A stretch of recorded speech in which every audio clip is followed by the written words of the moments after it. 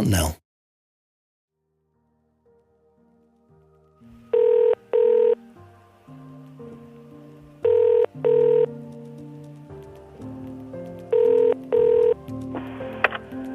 This is a logbook entry from the 20th of February 1976.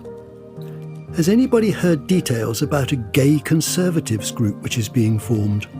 Surely this is a contradiction in terms, a bit like an RAC pedestrian group. In the hand of another volunteer, people can regard themselves as gay conservatives, or Christian Marxists even if these are contradictions. So what? And yet another, finally answering the original question, it's listed in the card under Conservative Group. You're listening to The Logbooks, untold stories from Britain's LGBTQ+ history.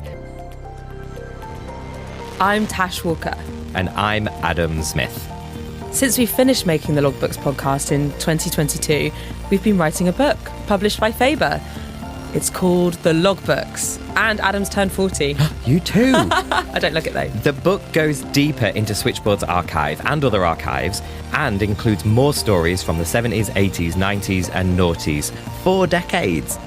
Listening to queer people's essential stories is always central to our work. So in this season of the podcast, we want to share some of the interviews we conducted as research for our book. Now you too can listen to all the amazing, powerfully queer storytellers we've listened to in their own words, with their own voices.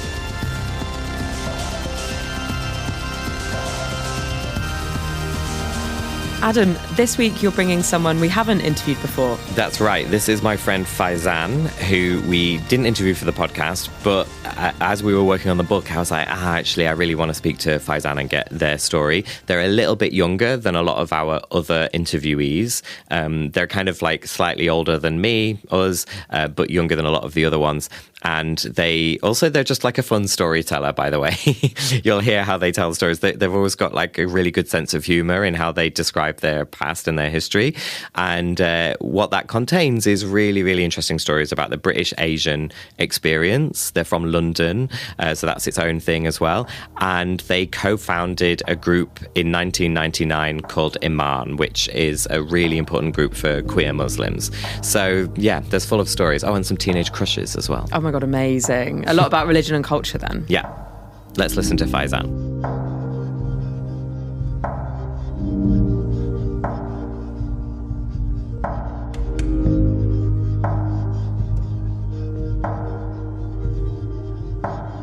So I was born in 72. Yeah. So I was a teenager in the 80s. Yeah. And I come from my parents are immigrants from Pakistan. They were like the first wave of South Asian the first popular wave of South Asian immigrants. So we were like the first generation of immigrant children being raised in this country from our backgrounds, which was very, very different to the surroundings we found ourselves in. Yeah. I went to an all-girls school, which was, I'd say about 60% South Asian, 20% Afro-Caribbean, and about 20% working-class white English. Yep. And the popular culture around that time for people from my background was Bollywood, primarily. Yeah. The daytime raves were a thing that was happening. Top of the Pops, things like that. Like British culture was things like Top of the Pops and Grange Hill. Yeah. My particular interest, I found as I became a teenager, was drawn towards things like androgyny. And that point, in the early-ish sort of 80s, that was quite a popular thing because that was a big thing, yeah. Those new romantic sort of fans. I was a huge Duran fan with all the makeup, and actually that was really what was informing me about what my sexual orientation and my own sort of ideas of gender, like the very germ, the seeds of it, because there was nothing that really kind of like in popular culture became a thing until decades later. So I was really on my own. What words would you have used at that time to yourself to describe those things? if you were being honest with yourself at using the word. Yeah, actually, I was very internally homophobic. So Yeah. Pusta was a big thing. It was a slur, and in my family, it was like, and in the playground, Yeah. we were puss, queer, not so much, but bender, that sort of thing. Yeah. But puff was the main thing I remember, and I remember being like really homophobic at that age, Yeah. which is interesting. Yeah, but so common, right? I mean, Very common, exactly. So I've got to tell you this story. I tell it a lot, but about 1987, there was a. Can I tell you this story? Because it kind of confuses you a lot about this. 87, did you say? 86, maybe. So you're like 50, no. I was 14, about 14. My mum used to go to this Asian women's social club every Wednesday. So they would just meet up every Wednesday afternoon and have tea and sometimes go on day trips at the weekend or the holidays with the kids. Yeah. One summer, they went on a camping trip to Debden in Essex. So there's a bunch of Asian ladies with their kids out camping. Never been, like, people like us don't go to the countryside. So it was like a bit of a sight for local Essex people, right? Not renowned for their welcoming stance towards immigrants even back then. And there was a racism, we were getting called tacky, this, that, and the other, whatever. Yeah. Anyway, that's the backdrop to it. We're staying in this place and there's like, the kids are in one tent, mums are in other tents doing their thing. And someone started to gossip about one of the aunties who was doing like it was only women, but she was doing like, she was performing a dance. So we was gossiping and bitching about it. That led to a fight between the daughter of that auntie and a group of others. I somehow got involved. Mm-hmm. It was like a bit of a standoff, it was like,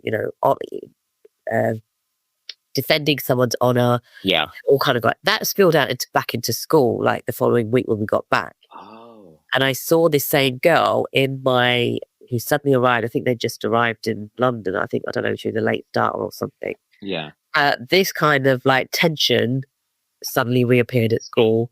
She was like eyeballing me. I was eyeballing her. This led to a fight in the corridors. I got a fat lip. She said to me, she goes, "You better not start on me because I know karate." This is like in the day film. Karate Kid was a big film. Oh my God, that is so intense. Karate chopped me into my face. I got a fat lip. I was late for class. I got put on a report or detention. She got a bit of trouble. But there was something about this tension and we were kind of like drawn kind of like this towards each other. Right, yeah. Kind of whatever. She was a bit kind of rough and I considered myself to be a bit kind of bit trouble-y as well. Kind of bit, do you know what I mean? Yeah. Bit edgy. Like, both got into trouble. I think the year after that, we all left school, never heard from her again. This is like the mid-80s. Fast forward to 2011. Yeah, 2011. Long after we'd started Imaan and the whole queer Muslim organisation in the UK, long after I'd come out, long after all this stuff happened. And we had built connections with other queer Muslims around the world, so most in America, some in Canada, South Africa, etc. And we're having like a big retreat conference with all these queer Muslims. I arrive, I've been to several around the world by that point, and I arrived on my own, one of the only people with like British accent. Everyone else is like American. Yeah. And I was meeting new people, blah, blah, blah. This girl comes up to me, this young woman, and she's got like this half English, half American kind of accent. And she's like, "Oh, where are you from?" Like, I can't do her accent. I'm like, "I was from London." "Oh, where about?" And I said, "I'm from East London." And I'm thinking, you don't know where East London, you know London, you don't know where I'm from. Like, oh. And she goes, "Oh, what school did you go to?" I'm like, oh, I said, "My name," and then I looked down at her lanyard and she looked down at mine and it was the same person. It was her. She, after school, her family had moved to America. So we were both queer, basically. We've been met all these decades. We have met since then. We're best of friends. She helped organize my wedding and we're still in touch. Really best friends now. And you saw each other all those. Yeah. Something was going on. There was like some kind of vibrational thing that was happening. Yeah. Wow. Like gaydar had popped off before we knew what. Yeah, exactly. How does she define herself now? Oh, she's a lesbian. She's been with her partner for decades. Yeah. Okay. Wow. Amazing.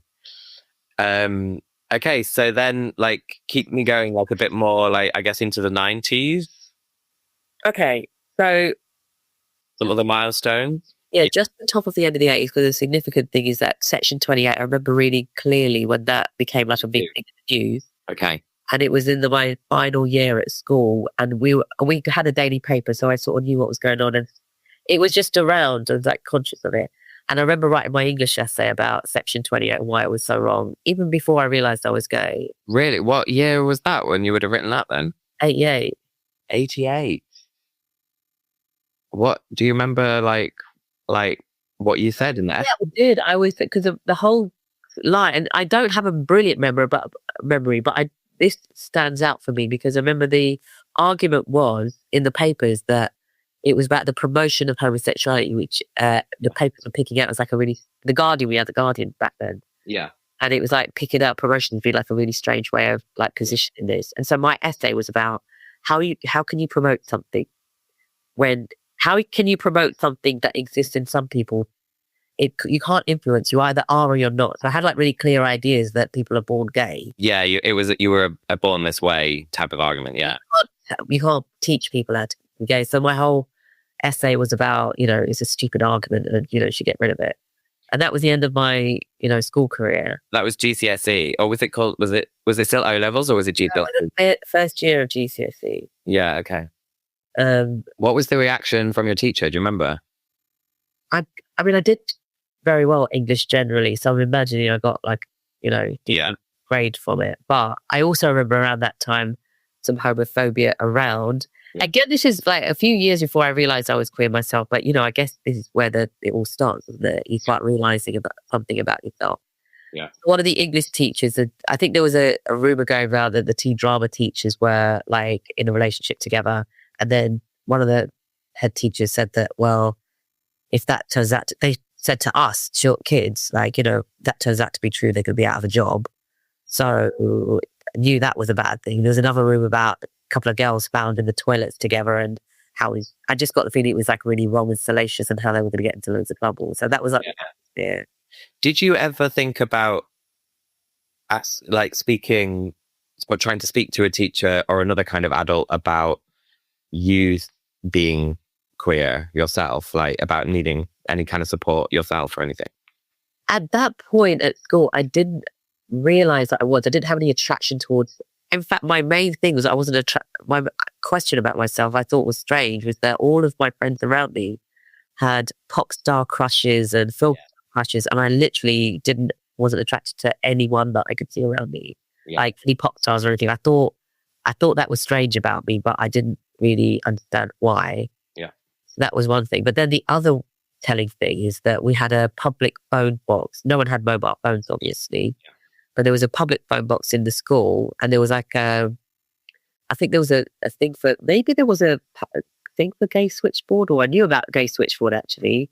Yeah. I remember trying to get my friends to dare me to call gay switchboard. I might have even phoned them up and kind of hung up sort of thing. Yeah. I felt like, like that whole thing about trying to get close to something, but why are you doing it sort of thing. Yeah. But no, I didn't speak to anyone openly. I had a diary that I remember writing an entry about having strong feelings about one of my friends. But then I remember crossing it out completely. So it's all kind of crossed out because even I couldn't admit it to whatever myself. Yeah. Hello. Our company is called Aunt Nell. Cute name. Needs a Patreon.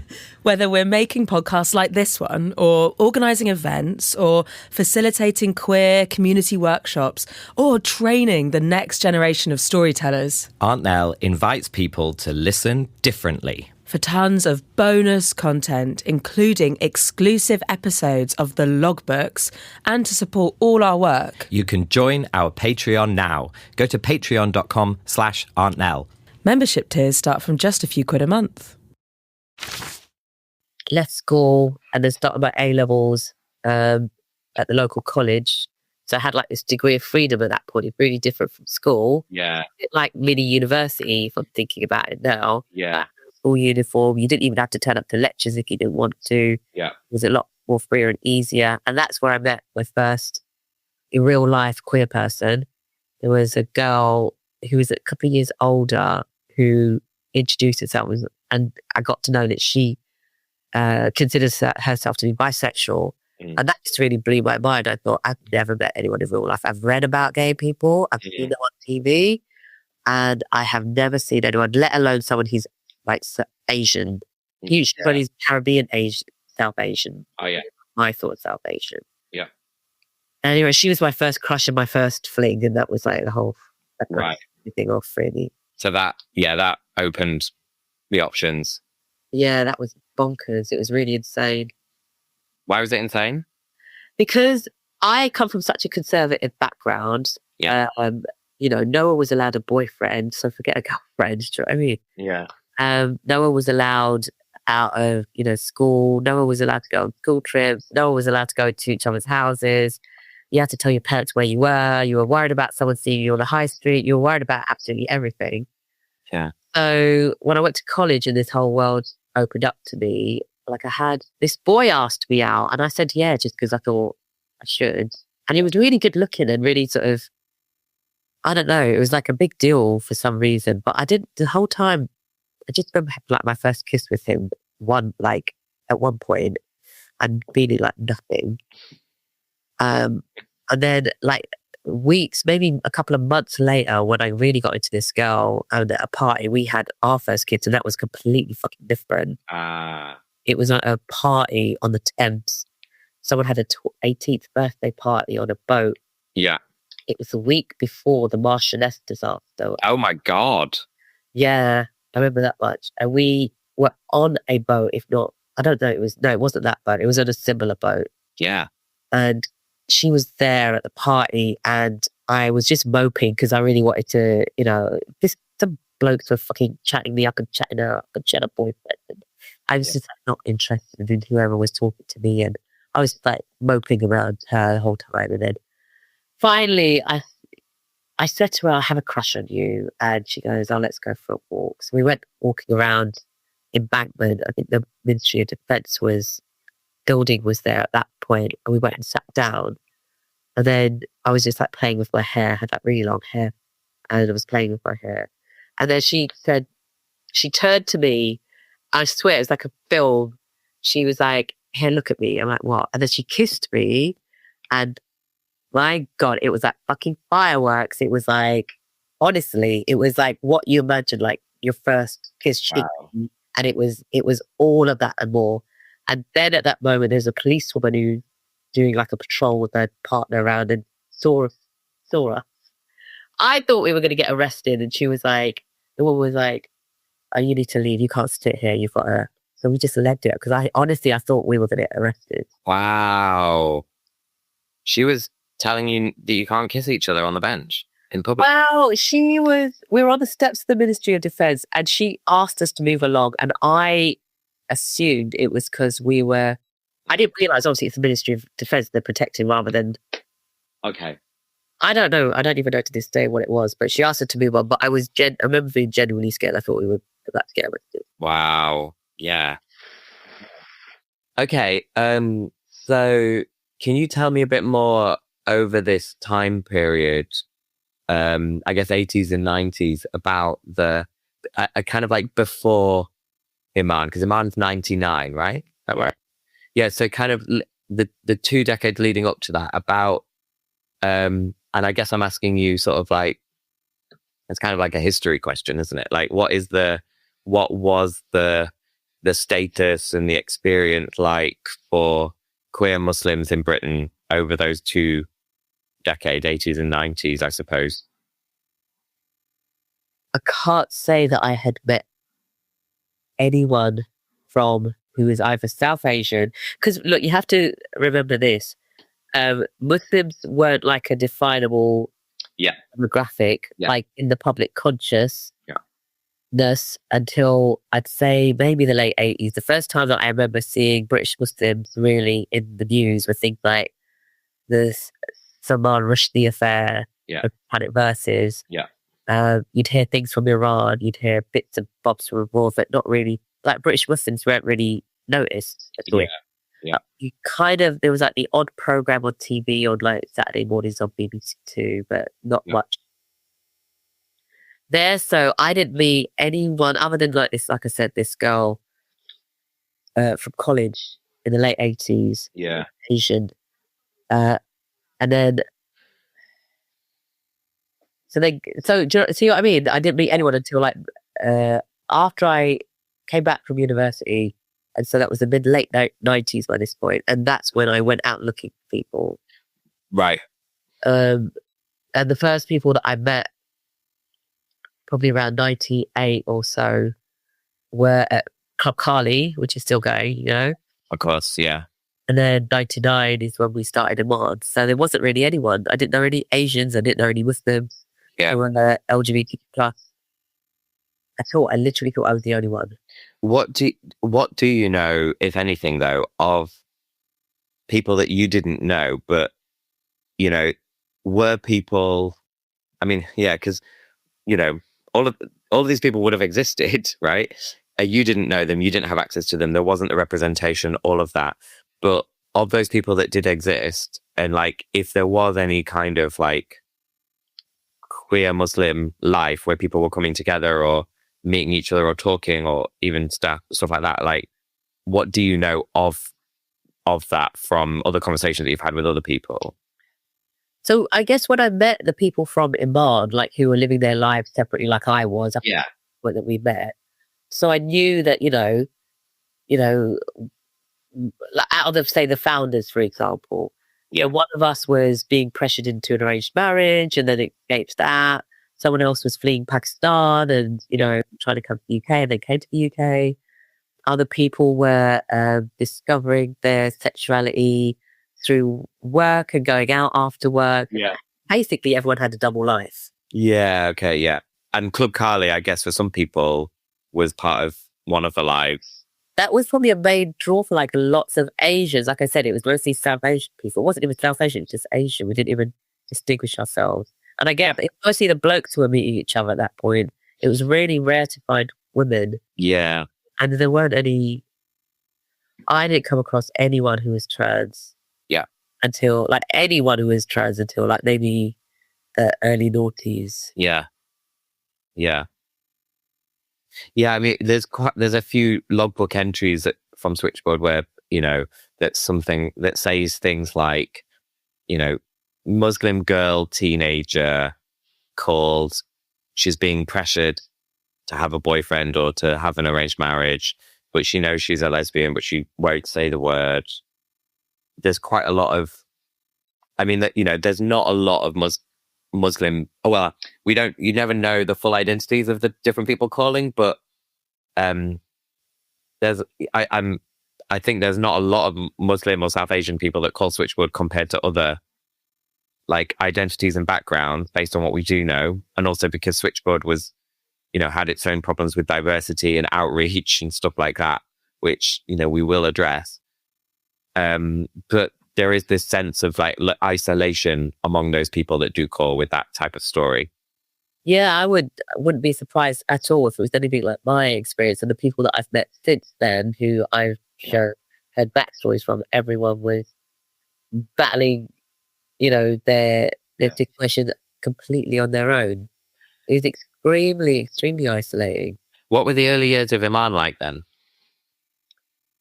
Really euphoric, actually. It gave me like a massive purpose and a massive boost in my life to finally, I was in my mid sort of 20s, I think, mid-late 20s by that point. Yeah.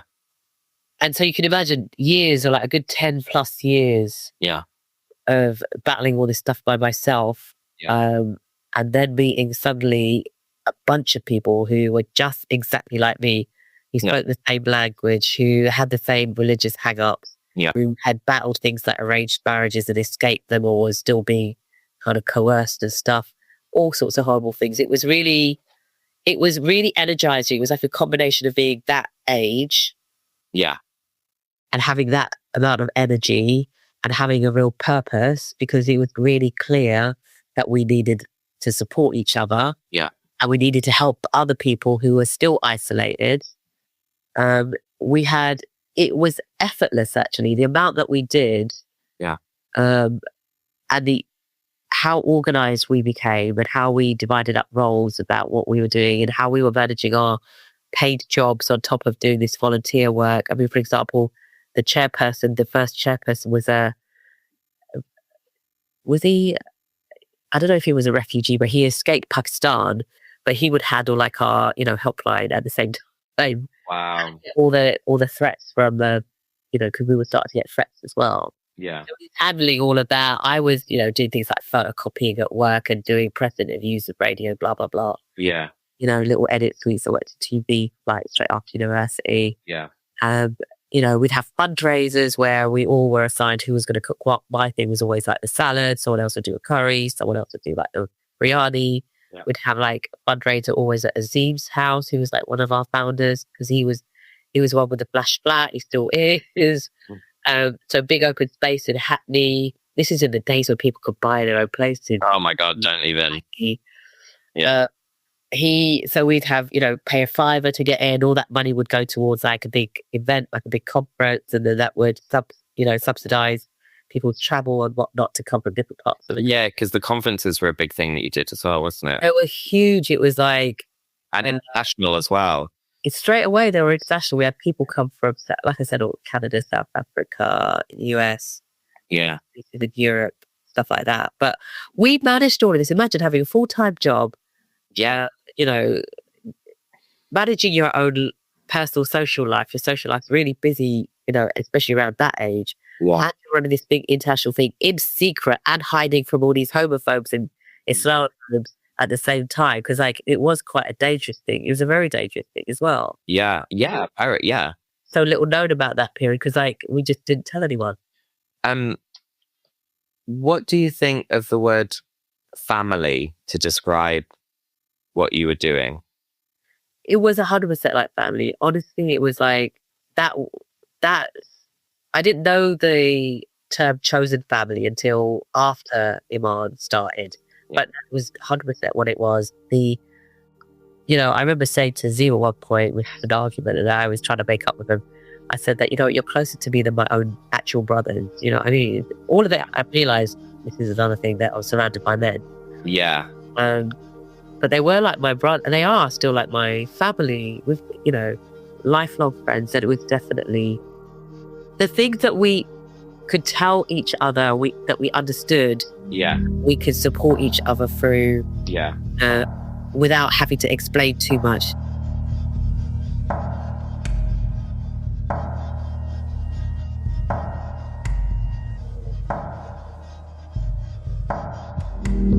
Wow, amazing to think Imaan is still going. That's right. Yeah, they've kind of passed it on to the next generation, and it's probably just that group that kind of keeps renewing, keeps growing, etc. And it's the kind of community group, really, the kind of faith-based group that's really important for queer people to have, especially because some people think that having a faith or being from a faith is incompatible with being queer in the other direction, and that's not the experience for some people. So, like, it's really important to be able to have those spaces for people to come together like that. Yeah, that is really interesting, and something that we go into with other people in the book, as well as first crushes. Yes, of course, lots of first crushes, and your stuff to do with Catholicism, but people are going to have to read the book for that. Do check out Faber Members. Faber Books is free to join programme of events and online content.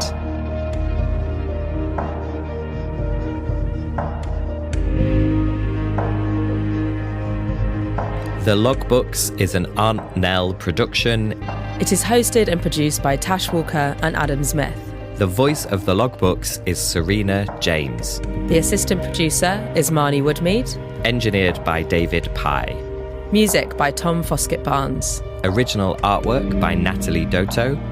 Thanks to Steph Dickers and team at the Bishopsgate Institute. Our publisher, Faber Books. The dreamboats at Acast. The staff and volunteers at Switchboard, and all the contributors who shared their stories.